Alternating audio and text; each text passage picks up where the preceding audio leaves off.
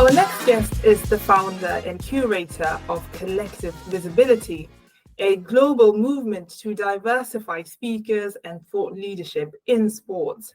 Vanessa Åsell-Tsuruga is also an advisory committee member at the Indian Sports Management Association and a digital commission advisor at the World Squash Federation. On top of that, Vanessa is a 6-time marathon finisher and an avid volleyball player. I'm your host, Lorraine Moalosi. Join me as I get to know Vanessa better and unpack the impact of her work within the global sports industry. Vanessa, welcome to the podcast.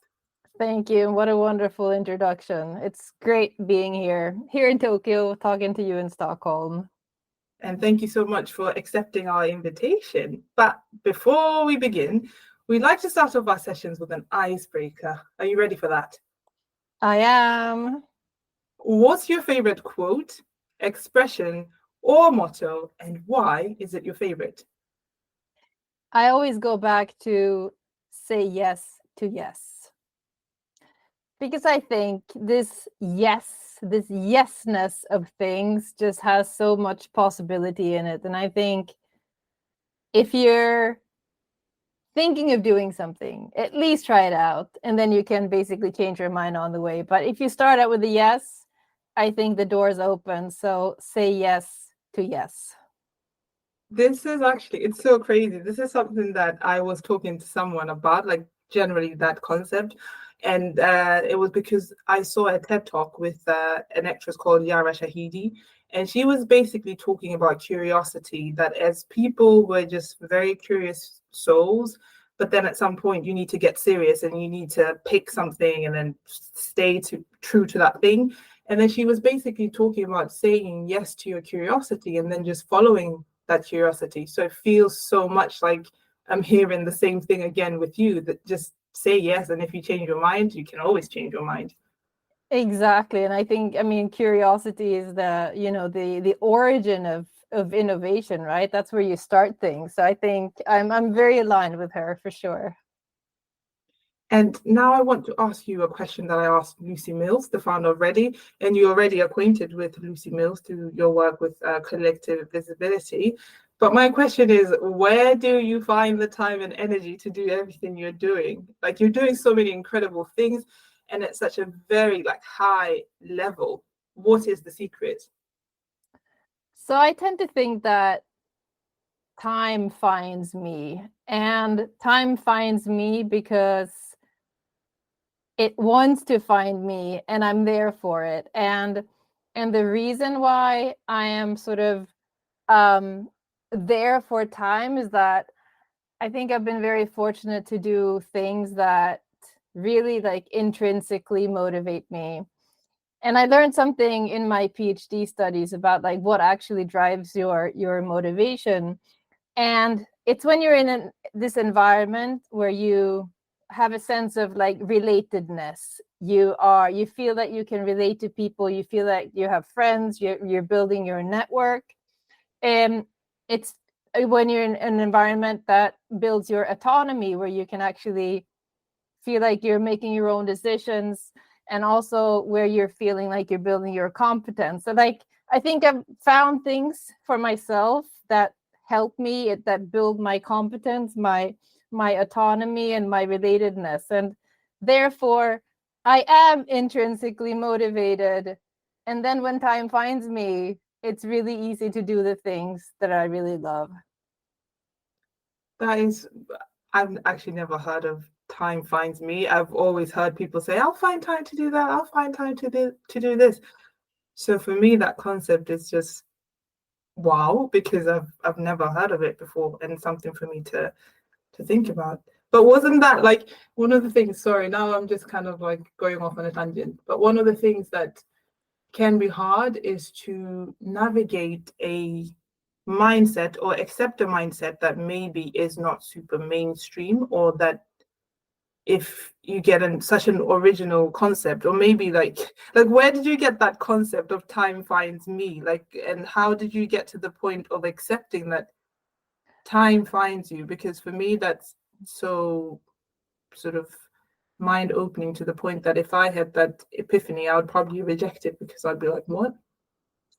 Yeah, I think it actually came to me one of these podcasts. It's not like something that I had, thought to myself that this is what I'm gonna be, repeating. It's like my mantra going forward. I think it's about like finding, what you like and then doing things you like, because we all know that we like to do things we like to do, right? So but I do want to point out that I never take time away from sport. So let's see, I play my volleyball like 3 hours every Saturday. That's my volleyball time. And I will build my stuff around my sports. But of course, I have a day job as well. So I have to do my day job. But it's like when I'm not doing those things that I just couldn't have, I plug in with the different projects that I'm working on at the moment. Mm. Wow, thank you so much for that. That one was for me. That was for you. That was so profound. Like, it's a shame that people are not going to see my face just going, ah. Yeah, that was really profound. I saw your face. You saw my face. Yeah, I was like, what? You have worked with global powerhouse brands such as ASICS, my absolute favorite when it comes to running shoes. Nice. But collective visibility is your brainchild. What made you decide to create such a movement instead of just focusing on the work that you're doing with like bigger established brands? Sure. So this was like back in October, in the fall of 2022. And I think it was a Wednesday evening, and it was almost midnight, and I was scrolling through LinkedIn, and I just saw one more male panel. It was a sports conference in the world somewhere, and I saw this picture of men talking about sports. And I'd seen a ton in the past, and on a good day or in a bad day, depending how you look at it, you just kind of scroll. But this one night, I just decided to do something about it. And I reached out to 9 girlfriends in my immediate sports network. And I asked them if they wanted to be tagged on this post that I was going to write, saying how we were really terrific speakers, and that I'd like to contribute positively to sport, because I didn't want to be angry, because anger, I thought, is not going to take me anywhere. So I wanted to make this positive contribution. I tagged 9 women in my network and posted, and it just kind of blew up in a really good way. Like in the next few days, others started tagging others, and it just became this really high engagement piece where men were tagging women, women were tagging women, women were tagging themselves, and it just went from there. And yeah, I'll stop there for a moment, but it was really one of those things where I'm just gonna try to do something positive, and then now, like a year and a half later, we're actually doing some pretty cool things. Please tell us about the cool things that you're doing. Like, tell us more about what collective visibility is, what you do, Sure. etc. Sure. So collective visibility is a movement to diversify speakers and thought leaders in sport. So we want more women's perspectives heard at conferences, at summits, at podcasts, etc., etc. And the way this whole thing started was like for women and for men, for anybody basically, to just nominate women to be on this list that I started creating. And it was hugely manual work at the beginning. I was like, I'd pick up the women's names and I'd put them into an Excel sheet, and then I'd turn it into a list, and then I'd turn it into a LinkedIn article. And I think it was like a few months into it, I was like, I'm going to get 1,000 women in 100 countries by the Paris Olympics. But the engagement was so high that I actually beat that like 282 days before sort of the day that I had set out. So it just really goes to show that women, and not only women, but we do like to peer nominate, and we also like to self-nominate us. And I think that's a big lesson for us, for women in sports in general, that we actually want to uplift each other. And once you really get the engine going, there's almost nothing stopping it. Mm. That's so amazing, the results that you got. But you used to work as a journalist. Yeah. And now you work in sort of marketing and strategy that around that area. What prompted the switch, or was it even a switch? Because maybe you do both in different ways. Yeah, I mean, we started this conversation about curiosity, right? And I think we're inquisitive. I mean, you're a podcast host. I'm a guest this time, but I mean, I basically grew up asking questions, right? And I think having questions, being inquisitive, being curious, I do think that it leads to innovation, because you're questioning things, right, with your questions. And this whole thing, I mean, with collective visibility, it goes back to like a question I wanted answered, like, why are there not more women in sports actually speaking on these panels, right? So I think the base of asking questions is still there. And then I kind of, molded it a little bit into, let's say, marketing, community management, women in sports, gender, I mean, diversity, inclusions. But I think at the end of the day, it's all about asking relevant questions and trying to find answers, which basically is journalism, but it's also marketing at the same time. Right, because it's like different sides of the same coin. It's just like the same thing, but just different expressions is what I'm hearing you say. Yeah. There's something that I saw on your LinkedIn that I would like to sort of discuss with you, and it is this statement: sport and storytelling change people, and people change the world. I found it quite profound, but I didn't know how to sort of interpret it. And can you tell me about the significance of such a statement in your work? Sure. I mean, we often talk about sports and we say, oh, sports can change the world. But I think you need this thing in between. And the thing in between is us human beings, because sport on its own is not going to change the world. So we kind of need to channel sports. And I want to give you an example of how I'm not going to go to say that I'm changing the world, but let's say I just wanted to give an example of how sports changed me, right? So I moved to Barcelona when I was 13 from Sweden. I didn't speak any Spanish. I didn't speak any English. And I started playing volleyball. And through volleyball, I made friends that I'm still in touch with today. I met my PE teacher, who's my mentor today, like 30 years on. So volleyball changed me. And because of that power, that, positivity, the goodness of sport, I can now pass it on to something else. And I think I'm channeling it through me and to this collective visibility movement. And I think it's the same thing with stories.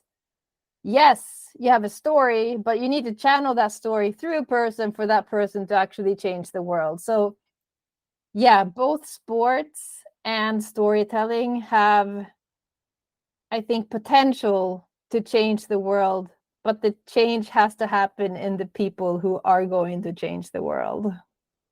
So if I'm understanding you correctly, the people are the medium, so they're the ones that actually do the change, but the sport and storytelling are the tools that people can use to then change the world. Exactly. That's how I feel. Wonderful. Yeah. Absolutely. I mean, I feel the same, because I work with sports and with storytelling, and the stories that I hear on the podcast, they're just so amazing. And Right? I feel the change within myself, like with every podcast. Like I've never walked away from a conversation and thought, no, I learned nothing there. It's always been like something, and sometimes it's just one word that like just in my head is going round and round.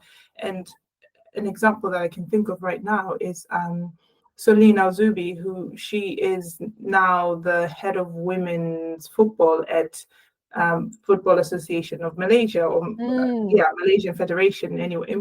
And she said, follow your passion and success will follow you.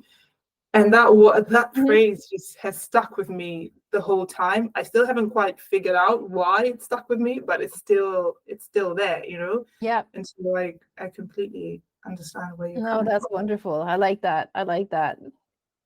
But when it's all said and done, even looking back on the trajectory of your work in all the different areas you worked in, what impact would you say you want to make in life, in sports, with your life, with your work?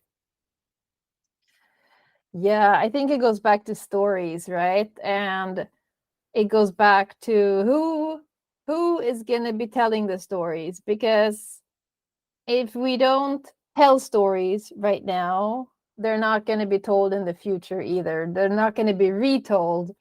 And I think it's about the perspectives of who is telling the stories. And it goes back to that gut feeling I had of seeing only men speaking about certain matters. Let's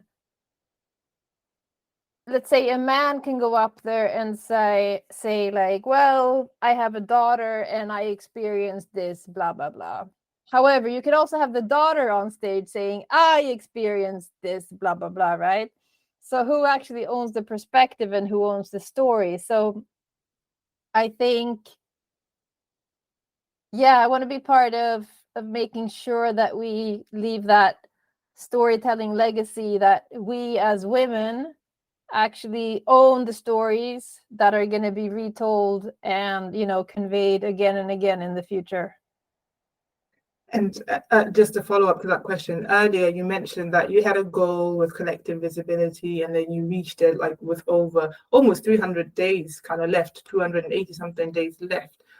Do you have any sort of like concrete things that you're hoping to achieve as well in the future? Like maybe like what would success look like in terms of being able to achieve your goals with collective visibility and just the impact you're trying to make?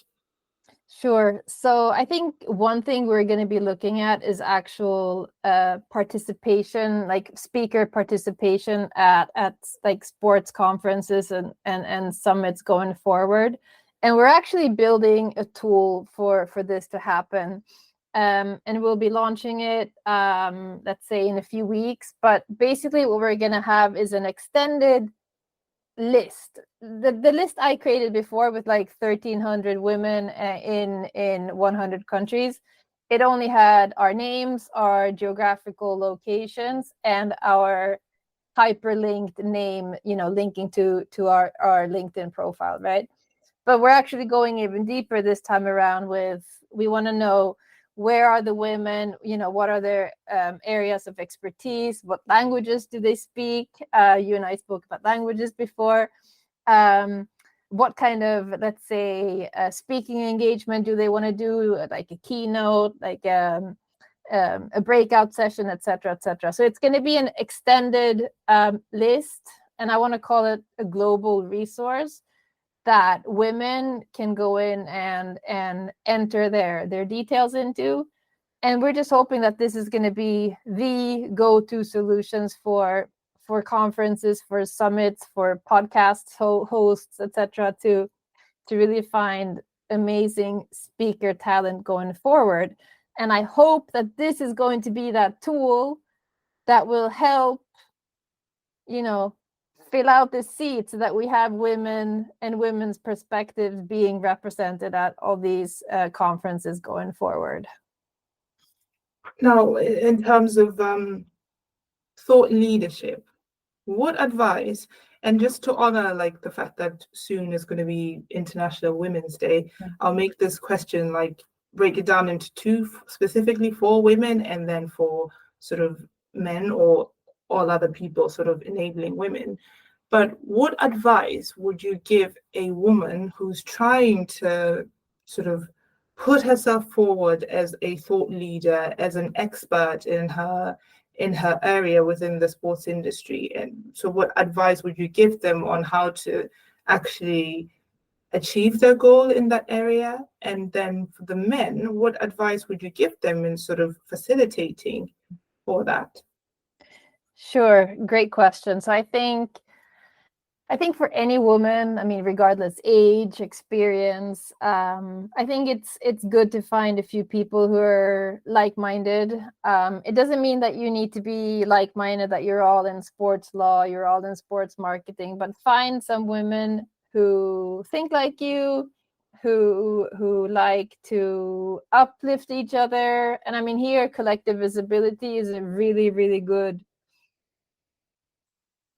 community, call it whatever you want. I don't have a name for it because it's so organic, but like join collective visibility, find us on LinkedIn, see who else is based where you are based, and start reaching out to them. Pick up some. I've been listening to a bunch of podcasts myself, actually, to try to get better at my whole speaking game, and learning your key speaking points, etc. But I really do think that having this network of women really, really helps you. And I'm actually a mentor on the SIGA, the Sports Integrity Global Alliance SIGA Women Program. So I meet with a woman in the UK once every 2 weeks, roughly. And it's really great for me to be a mentor. And I think it's great if you want to find one of those mentorship programs as well, and really, really reach out to some women in the sports scene and listen to them. I think I don't really teach. I just kind of maybe hopefully guide, and this is how I did things, but it's not that you need to do it that way. But so yeah, networking, finding a mentorship program, but most of all, just finding a few people who think like you and are like you. I think those are some of my basic advice. Mm.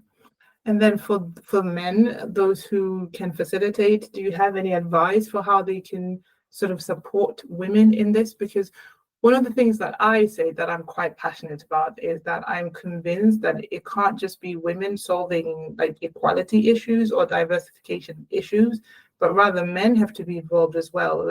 With the example that you gave of someone saying, I have a daughter, versus the daughter saying, this is my story, that it's much easier in that context because the father can just simply be like, create an opportunity for their child, But in the industry, how can men be more active and actually be, instead of being sort of passive supporters?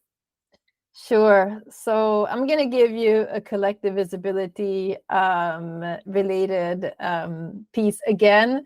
So, I was alone here in Tokyo, and I was like finding all these women. I was making my list, and I published the first list of 100 people.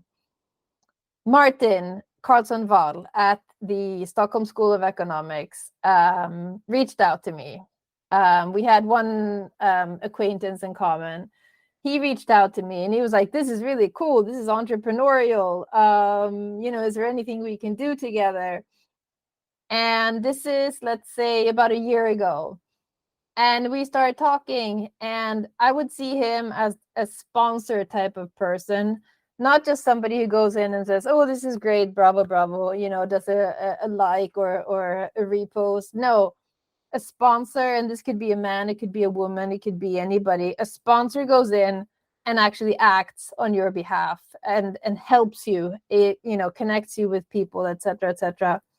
So what's happening now, next week, basically on March 7th, I will be in Stockholm. I'm going to do a keynote speech at an event that Martin and I are organizing together at the Stockholm School of Economics. And the theme of the event is collective visibility, leveraging the power of women in sports. So you might think that, oh, it's just an email, it's just a connection request on LinkedIn, but like with the right person who has the right intentions and the right, let's say, amount of energy, it could actually really turn into, the one connection that's going to change everything. So I would call this sponsorship, like sponsor somebody, like don't just help them or like connect them with somebody, but actually see how you can really uplift somebody else. And I think what Martin did for me and what he did for collective visibility is a really good example of how you can help somebody advance. And you mentioned the event. First of all, congratulations on Thank that you. event. It's wonderful to see that from that evening when you saw the all male panel that triggered action instead of anger, to see like the journey from that to where you are today. And of course, I'm also excited to see where we go from this event and where we end up in the future as well. But do you want to tell us a little bit more about the event? I know you mentioned the theme, but tell us more about the event, what you're hoping to get from it, why you're doing it, etc. Sure. So we are doing it to cement collective visibility in Sweden. And we have the Stockholm School of Economics, the Center for Sport and Business coming on, in collaboration with collective visibility. I'm working with a couple of their student interns on, building out a website, building out this list, the extended list of women in sport, speakers in sport. And we really want this to become an evening, let's say 3 hours of collective visibility. We want to talk about talking. What can we do actively to get more women talking? And I think, again, going back to Martin and his sponsorship, he created an event. He created, let's say, a keynote session where I'm going to be flying in from Tokyo to actually talk about collective visibility. So alongside my keynote about the birth of the collective visibility movement, we're going to have very distinguished speakers from the Swedish Olympic Committee, the Football Association, etc., etc. So I think it's going to be one of those nights of Swedish sports that you should really be attending if you're based in Sweden and you have time to join us on March 7th. And I know you will, and I hope all your friends will come too. Definitely. I started thinking about more people that I can invite, because I sent the invites to a couple of people, and I'm super, super excited, because one of the things that you mentioned, for me, the reason this is so important is that it's in Stockholm, because I feel like although Sweden and the Nordic countries are very much the leaders when it comes to equality, I do sometimes feel like in sports we're not living up to what we could potentially be achieving. So for me, that's why I love what collective visibility is doing, because we get to activate even more in Sweden, where people are already passionate about these topics, Yeah. No, I'm a very proud Swede, and I'll be very happy to be talking about this movement, and I'll be seeing you in person, and it's gonna be a good night. Absolutely, absolutely. But Vanessa, for those who are not going to be meeting you in person in Stockholm, where can they connect with you if they want to sort of find out more about collective visibility, learn more about you, sort of maybe even profile your work even more? Where can people find you? Sure. So I'm active on LinkedIn, and feel free to come and find me there. I promise I'll respond. But also the collective visibility page on LinkedIn is where we're trying to, find all the women who are going to speak, who have spoken, and we re-engage, we repost their work. So I think those two are good places. Or if you want to, catch me in a nice cafe with espresso, that works too. Absolutely, absolutely. Vanessa, thank you so much for a lovely, lovely conversation. I'm very excited to meet you in person. Super massive congratulations on all the work that Collective Visibility is doing. But as well, thank you so much for highlighting that although we are entitled to our emotions, you were very much entitled to be angry. Thank you for demonstrating that beyond the emotion, that emotions can be a trigger for action that actually changes things for the better. What a wonderful way to finish this off. Thank you so much. That was a beautiful ending. Thanks, Lorraine.